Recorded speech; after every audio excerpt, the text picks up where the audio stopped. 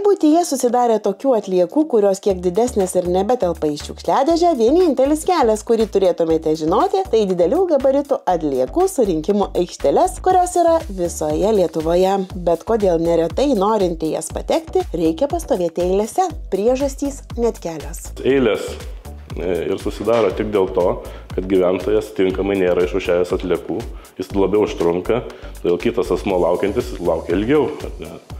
Tai yra pagrindinė problema su to išrūšiavimu, kadangi atvažiavo asmuo, neišrūšiavęs, jis piktinasi, sudaro skandalą ir tada kiti vėl laukia, tie patys pradeda nervuotis gyventojai, visi laukia, atrodo, jiems dar ilgiau teks laukti, kad kol tą žmogų praleis. Kartais girdžiu, čiagi šiukšlynas, atvežiau, numečiau ir jūs patys kaip norite, taip ir tvarkykitės, tai yra jūsų darba. Bet taip iš tiesų nėra. Pagal visus teisės aktų reikalavimus atliekos turi būti atvežamos išrūšiuotos. Nes įsivaizduokime vis tiek, atvažiavus baldas, tai spinta didelė, jinai užima tam tikrą tūrį. Tai įsivaizduokime, jeigu aikštelė, kuri turi tam tikrą priėmimo zoną, kurią galima privežti tam tikros rūšies išrūšiuotus ir išardytus baldus, tai užimtume labai didelę dalį tūrio. Pačio ir vietos sandėliavimo, ir transportavimo. Tai būtent dėl to ir yra mintis, kad ir noras, kad būtų visi baldai išardyti iki plokštės pavydalo ir pristatyti į aikštelę sekančiam etapui. Taigi pirmoji priežastis, dėl ko stovime eilėse, tai mūsų atvykimas neatlikus namų darbų, tai yra tinkamai neišrūšiavus atliekų. Specialistai patarė ne tik jas išrūšiuoti, bet ir į didelių gabaritų atliekų surinkimo aikšteles vykti tam tikrų metų. Nuolat raginam žmonės truputėlį pagalvoti apie piko metą, kai mes turime penktadienį, šeštadienį, kai visi suvažiuoja vienu metu, be abejonės tos eilės susiformuoja. Tai toks patarimas visiems vis dėlto įvertinti tai, kad aikštelės populiarios ir tai įpareigoja tam tikrą prasme dėlioti savo laiką ir įvertinti tai, kad gali būti eilės. Antroji priežastis, dėl ko šios eilės susidaro, sugriežtinta atliekų priėmimo į tokias aikšteles sistema. Reikalavimai vis sudėtingėja, daugiau informacijos reikalinga, ten tie patys numerių nuskaitymai, tiek reiškia, svorio kontrolė, ar ne, kad tiek duomenų saugumo reikalavimo nevykdymas, tai jis daro pačią sistemą sudėtingesnę. Nepaisant to, iš tiesų ieškom būdų, kaip tos aikštelės greičiau galėtų dirbti, moderniau dirbti. Pavyzdžiui, pas mus aikštelėse jau mes perėjom prie elektroninių deklaracijų, prie galimybės žmonėms turėti savo atliekų turėtojo raktą, kuris leidžia juos greičiau identifikuoti, siekiam supaprastinti visus procesus susijusius su dokumentų pildymu ir panašiai. Tas padeda greičiau aptarnauti. Trečioji priežastis štai tokia. Trūksta aikštelių. Iš tiesų, trūkumas yra akivaizdus ir tikrai nesijaučiam patogiai ir nei vienas regioninis atliekų tvarkymo centras nesijaučia patogiai, kai turime eiles. Labai džiaugiuosi, kad šiais metais Vilniuje mes atidarysime, jau neužilgo atidarysime 2 dar papildomas aikšteles. Taip pat esam jau sakysim, pabaigę, liko paskutinės detalės Šalčininkų rajono, Dieveniškėse irgi atidarinėsim aikšteles, taip pat ir planuojame. Ir dar artimiausiu metu per metus 2 buvo statyti dar 5 aikšteles iš visam regione. Tas tikrai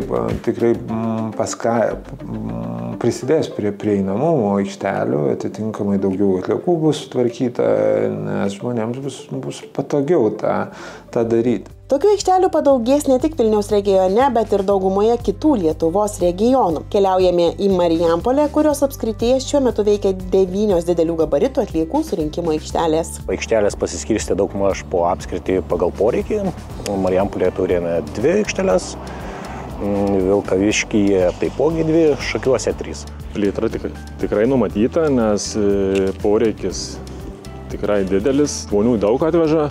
Per praeitus metus žmonių 55 000 vienetų atvažiavo fizinių, daug atliekų atveža, žmonės rūšiuoja ir pastebime, kad tikrai neužtenka. Numatytos 2 naujai statyti degasų aikštelės. Viena Pilviškėse, o kita prie Sąvartyno, praplėsti veiklą, kaip sakyti, tikslesniam, detalesniam išrūšiavimui ir kuo didesniam perdirbimui. O kaip sekasi Panevėžiui? Aukštaitijos sostinėje veikia 3 didelių gabaritų atliekų surinkimo aikštelės, visame regione priskaičiuojama 14, dar 3 planuojamos pastatyti, o viena jų, kone dažais kvepianti pačiame Panevėžio mieste, mat veikia nepilnus metus. Šiai dienai turime vieną naujausią ir moderniausią įrengtą aikštelę, tai automatiškai važiavęs klientas pravažiuoja pro svarstyklės, yra vyksta numerių nuskaitimas, sutikrinami kliento duomenys, įvedami į duomenų bazę ir visa tai yra užfiksuojama. Akivaizdu, viskas padaryta taip, kad gyventojams atliekų pristatymas į tokias šiuolaikinės atliekų surinkimo aikšteles keltų kuo mažiau nepatogumų. Keliaujame į Alytų.